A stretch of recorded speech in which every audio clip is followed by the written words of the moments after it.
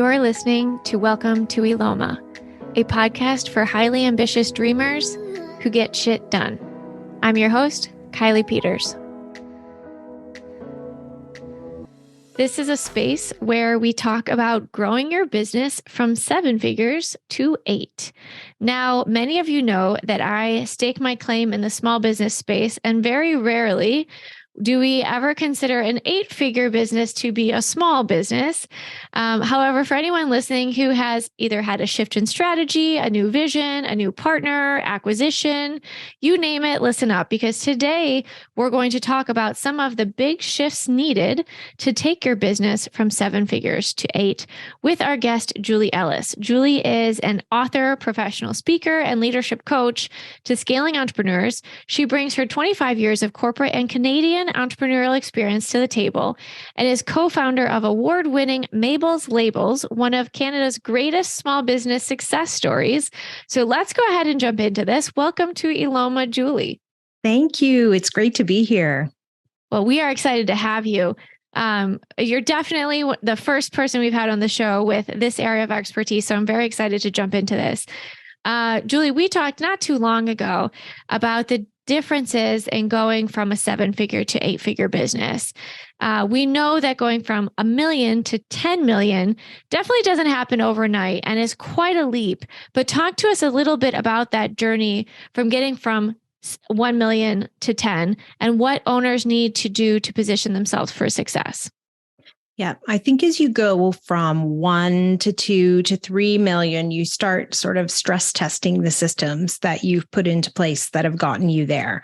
Yep. And you begin to need to have more defined roles for the employees that you hire. It's not as much of, I need someone really resourceful who can kind of do everything hire anymore. It's people that have more specific skill sets, and you're trying to split jobs. You might hire people to manage people that reported to you before, those kinds of things. And I think it's a real stage of formalization.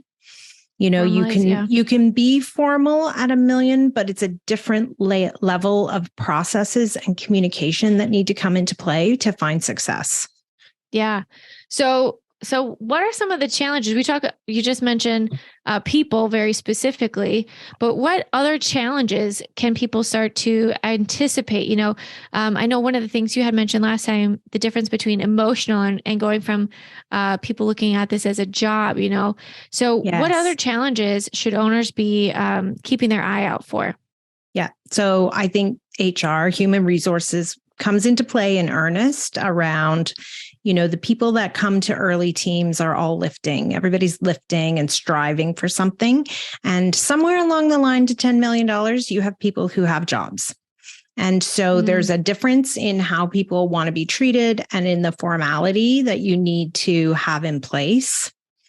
I think the process changes, and with them come technology changes where you've had maybe you manage projects off a spreadsheet, let's say, and suddenly the team has gone from 3 people to launch something to 13 people.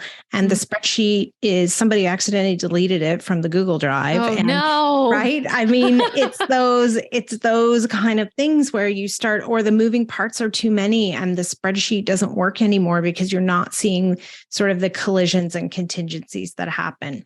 And so I think everybody reaches a phase where it feels like everything's gotten really hard and nothing is going very smoothly. Yeah. Okay. So HR being a big one, technology being a big one, Communication.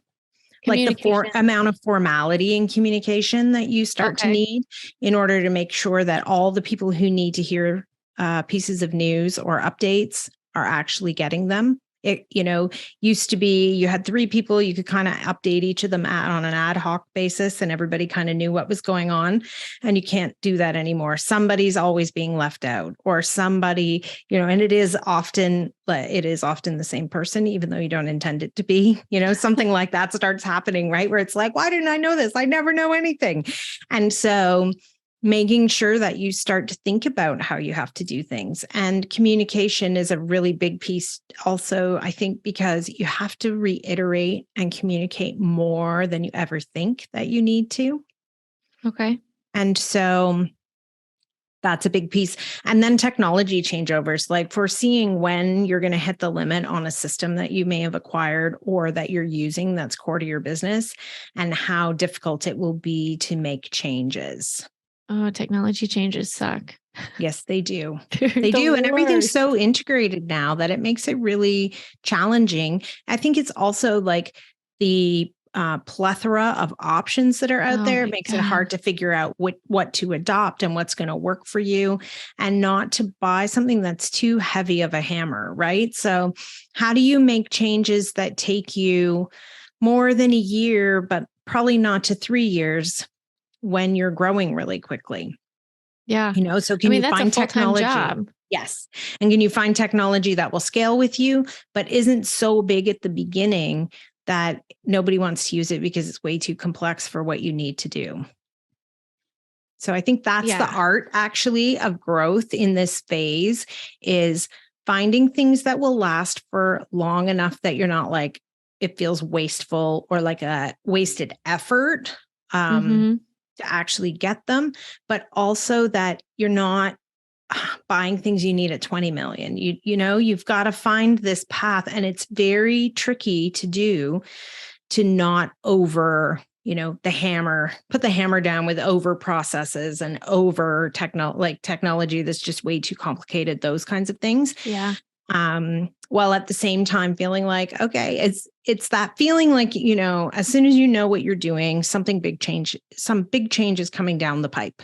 And so you've got to stay, with that growth mindset of, okay, let's go. Let's learn this. How do I learn it?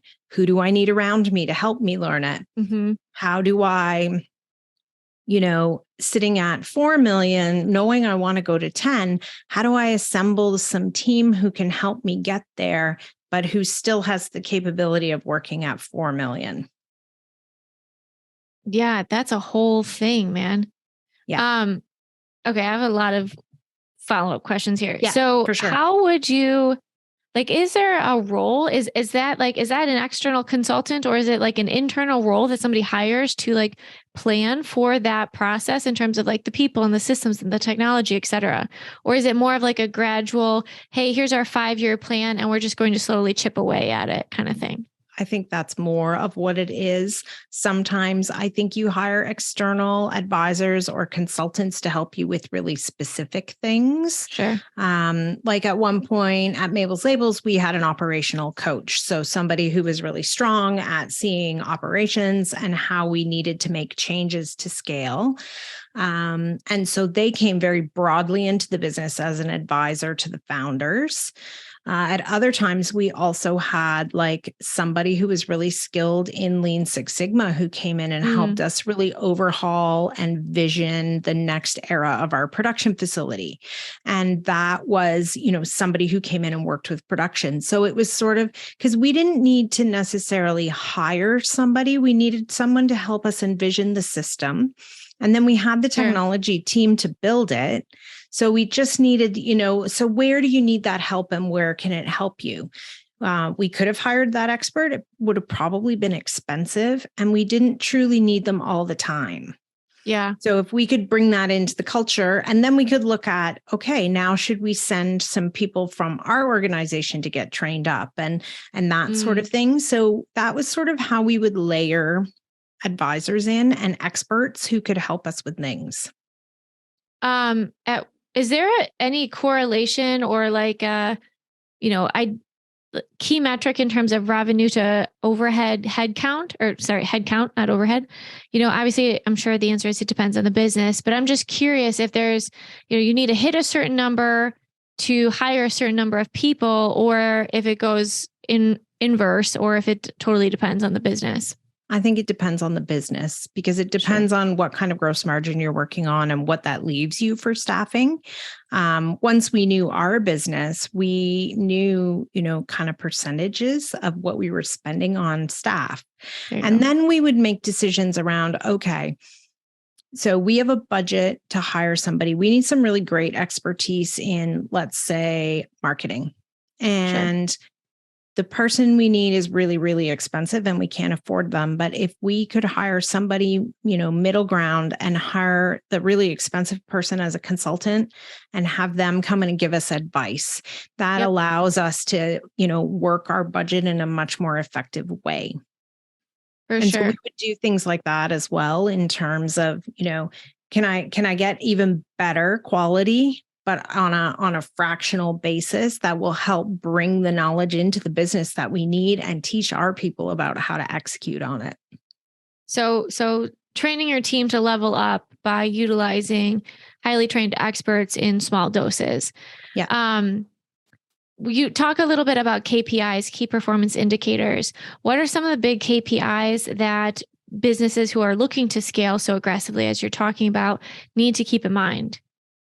I think they need to know when to stick to the KPIs they've set out. Like, obviously they need to make gross margin, top line for revenue needs to be important. Gross margin also needs to be important, because if you're not, making profitable sales, then you have a problem. You're going to run out of cash, right? So, and if you are in that negative territory, are you fundraising? How are you getting the cash flow you need to scale the business up? We bootstrapped our business. So the way we managed it, those KPIs on gross margin, and then what was below the line was meeting budget. So we would establish an annual budget, and then that would allow our team to be able to spend within the budget they had created and had approved. So it also gave them the autonomy to run their departments, and we weren't stuck overseeing every single $5 that went out the door, because you can't anymore, right? So it's that like letting go and rising up. So I would say, the metrics we were watching were mostly sales related KPIs. And then we also had some metrics that were specific to us as an e-commerce business, right? Like, what was our cost of acquisition per customer? What was our open rate on our email? What was the click through? How many repeats? How many times did a customer repeat? How long did it take them to repeat? So we started to dig into, customer behavior and that sort of thing. Yeah. And then, our tech team would be, on-time delivery of software updates, uptime of the website, so you just start to sort of look for metrics that each team can start to be responsible for, as well as the overall umbrella metrics of the business. Yep. That's what I was just going to say. That's what it sounds like you're saying. Okay. So KPIs by department, and then KPIs for the business overall. And you're saying make sure that everyone's clear on things like budget, KPIs, et cetera, and then give them the space to run and own that, and then communicate effectively. Yeah. You had also mentioned setting up those communication standards and formalizing that. Do you have any recommendations in terms of communication cadences and or who should be involved for people who are scaling? We did a number of things. So, like an internal weekly newsletter is one option, depending on, especially now that more teams are virtual and hybrid than ever before. I think, thinking about those formal points of communication, who's in charge of that? Who's in charge of making sure? Is it the CEO or the founder? Is it, somebody who leads the customer experience? Is it somebody who leads in HR? I think is it somebody who leads in marketing or sales? I think it depends on what your business, where your focus is. And that will help you to figure out who leads, but then who's contributing. What are the things that are contributed? In our office for a long time, we had a wall right inside the front door that basically had all our stats on it. And here's how the month is going. Here's how, we're 75% of the way. We're ahead of target because it's April 11th. And, so now we are in a good place, or we're behind. So here are the things we're going to try and do. Here are the things our customers have complimented us on. Here are problems that we've found, and kind of that like snapshot of communication worked really well for us. I think you could host something like that virtually as well. For sure. Yeah. Okay. So we talked about hiring in consultants. Were there any, types of consultants that you have hired or know of people who have hired that surprised you? Like you're like, oh, I didn't even know this was a person that I should have hired. Well, we ourselves hired a retail sales expert when we decided to launch a product into retail. And Okay. that person helped us create the project plan, helped us sell it to Walmart and Target, and using their connections, but also their knowledge of the other side. Really helped us. They had also, and they had sort of worked at like some CPG side and some retailer side. So that really helped us because that consumer packaged goods experience that they brought to the table helped us understand what we were going to have to do when the product actually sat in the store. How do you package it? How does it look? How do you have to deliver it? And they didn't have expertise in every single thing, but they had a lot of connections, and that really helped us. And I wouldn't have probably thought when we went into it that would be quite so much, but it really was. We were starting an entirely different business to our custom on-demand printing that we did in our own warehouse for our D2C business. Okay. Yeah, interesting. I mean, because people always, like, oh, well, a marketing consultant or a strategy or ops or, but that's a good reminder that to lean into and trust yourself in terms of what you know about your business and get clear and pinpoint the problem areas. And there's probably somebody out there who specializes in exactly that thing, right? Yeah, I even had I had a couple of people who were mentors to me. So I led our IT function and have never written a line of code in my life. And so I had 10 people in that department. That was 25% of our team was working in IT. We had custom built software that ran our back end, produced the labels, all the things. And so it became, I needed sounding boards to be like, does this hang together? Like, does this make sense? This is what I'm hearing. This is why I'm hearing a project's going to take 3 months longer than we needed to, or, all of those kinds of questions. It just gave me that opportunity to have somebody as the mentor and a sounding board. So I think they can come for all different reasons. Like if you can think of it, you can probably find somebody. And you touch on technology. So we mentioned like upgrading your systems and knowing when it's time to make that transition. What systems, processes, technologies do you recommend somebody that's scaling from 7 to 8 figures? What do they need to have in place? Like bare minimum and like nice to have kind of things.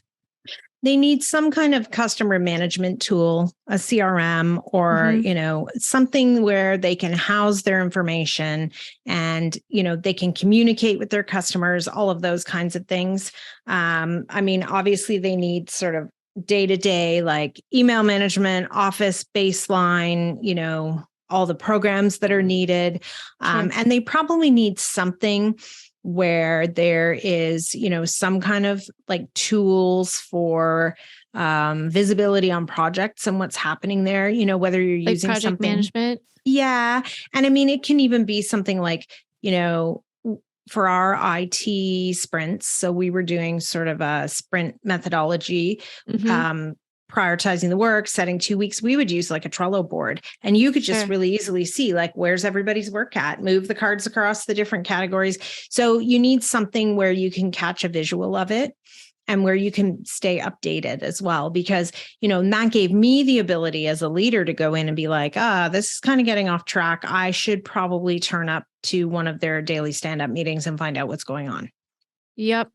Okay. So what I'm hearing you say, CRM and project management. Yeah. Like really make the investment in those two and make sure they're working for you. Yeah. And then, it depends, at some point you cross over to needing some kind of an ERP type system, but that really depends on where your complexities are. Like essentially the custom software we built ourselves at Mabel's Labels was our ERP, because it managed sort of, it spat out all the financial reports, it held all the customer data, it did the, processed everything through our system.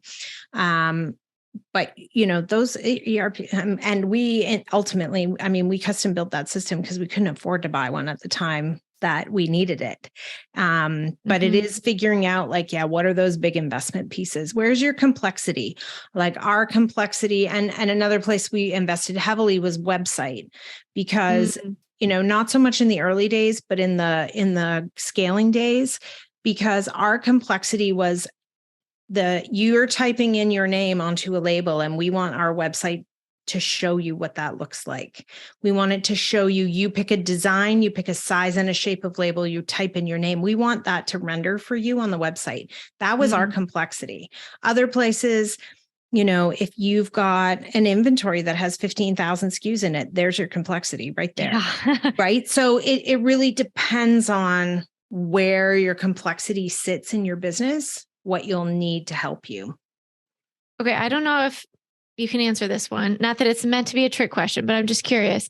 So we know that making investments in technologies takes time, takes money, and you're trying to make an investment that, isn't too heavy for right now, but is going to allow for you to not bang your head against the wall moving forward.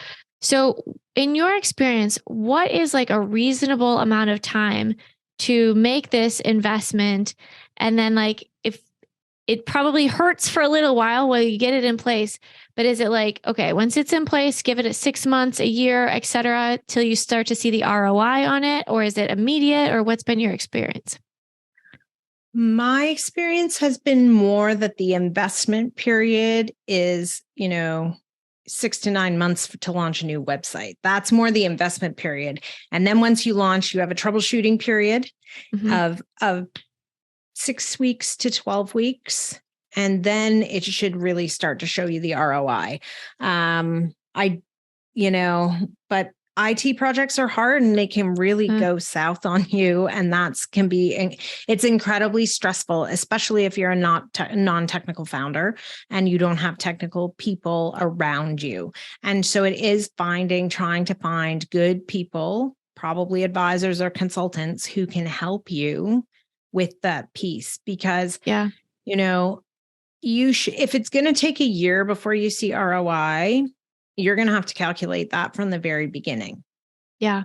Into, it's going to take a year. And but like you get to, putting in a new ERP system can cost $1 million, right? So getting that full value back is going to take some time, but it shouldn't take, 3 years before you start to see value from it. Okay. But it is that change management piece. I almost think it's like the people piece is as hard as the tech piece, because, training people and troubleshooting and making sure they get it, and like letting go of, we might have done some things before that were better, but they weren't scalable.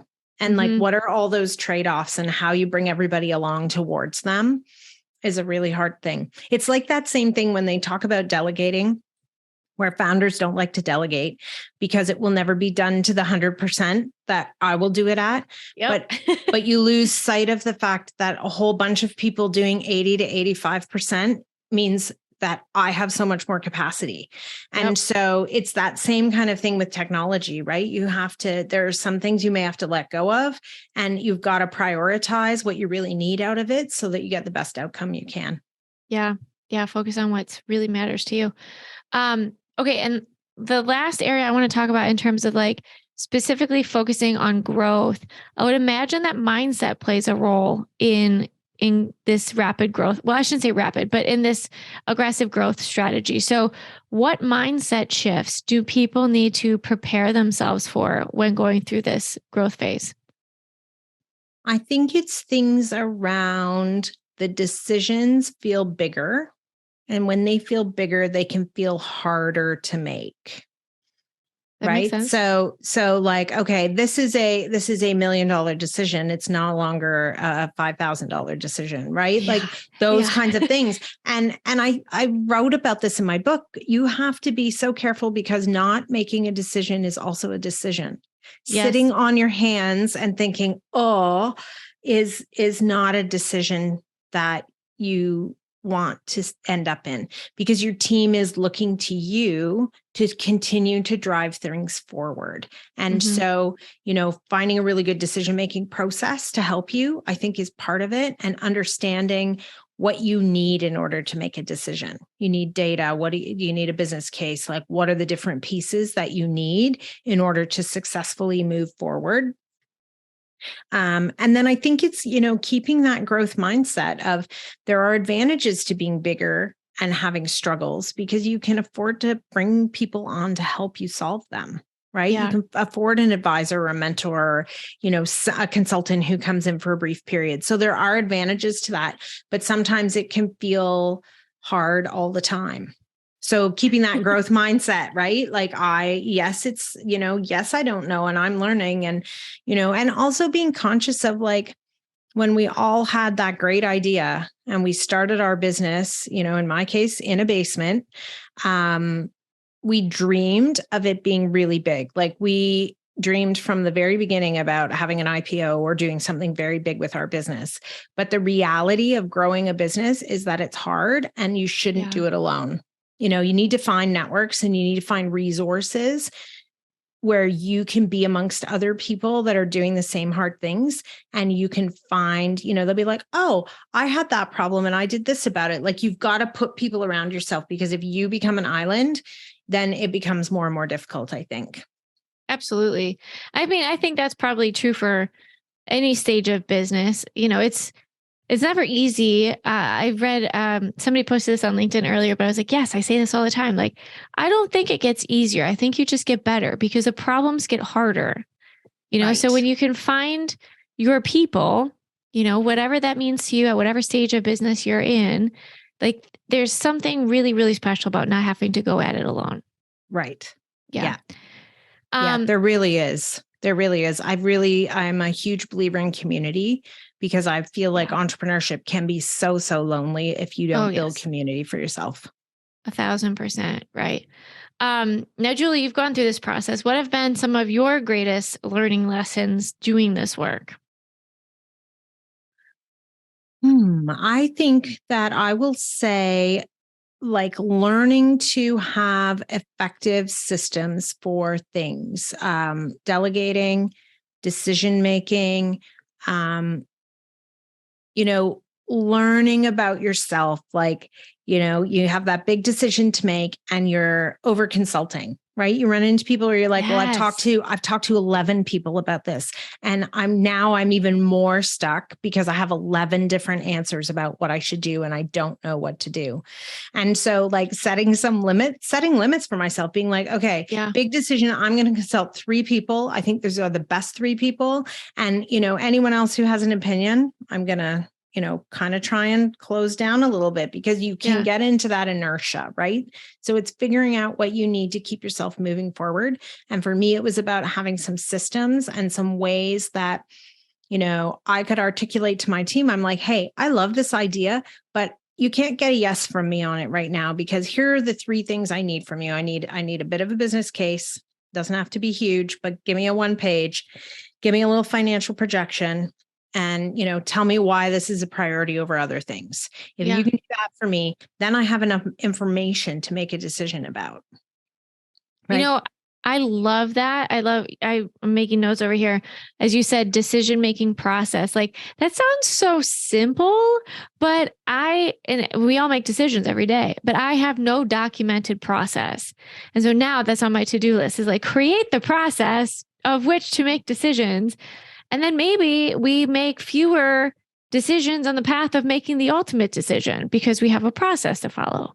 Yeah. And it's those decisions where you're like, why am I stuck here? And why don't I want to make this decision? Those are the ones where you need some kind of a process for yourself.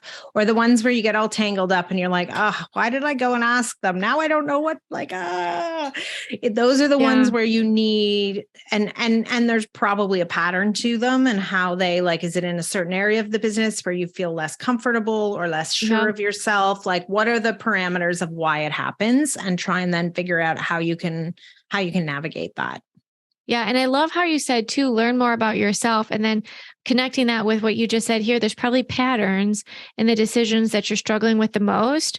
So just calling that out of like, hey guys, think about this. Like, this is probably not the first time this has happened. What's the real root here? That's a great call out. Julie, what do you wish you could have done differently, if anything? I don't think I'd have done too many things differently because I feel like even the things that didn't go the way that were anticipated were such learning opportunities. Sure. And, that is a normal thing that happens, really. You can't expect everything to go perfectly. And so I wouldn't change a whole lot.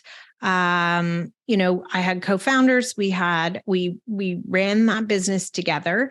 And really for us, we ended up in a great place because we knew we were going to make some big changes going forward. And then we were able to sell the business. And so that was a big change that probably we didn't anticipate, but it definitely, was a good timing in terms of where the founding group was. So I wouldn't really change a whole lot. The thing I might have changed for myself, and I don't know how I would have changed this, but in the after exit period was kind of difficult for me. And so doing some work to think about that before we actually closed the transaction and I thought about what I might want to do next would have probably been good.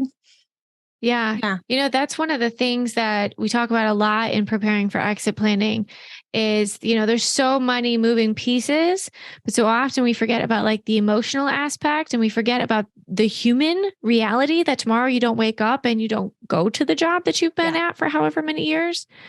And that's a great call out. Like that's, some people are like, oh, well, what are you so mad about? You've got all this money now and all this free time. And isn't that what everybody wants? But it's like, but as humans, we still need purpose. Yes. And there's still a lot more there. Yeah. Yeah. And the sort of difference for me, it was the difference also after of, where my skill set sits is like, bring me to the strategy table and let me figure out how to put the puzzle together. And that is like, I adore it. I'm good at it. And suddenly you sell the business and there's other people who take that on.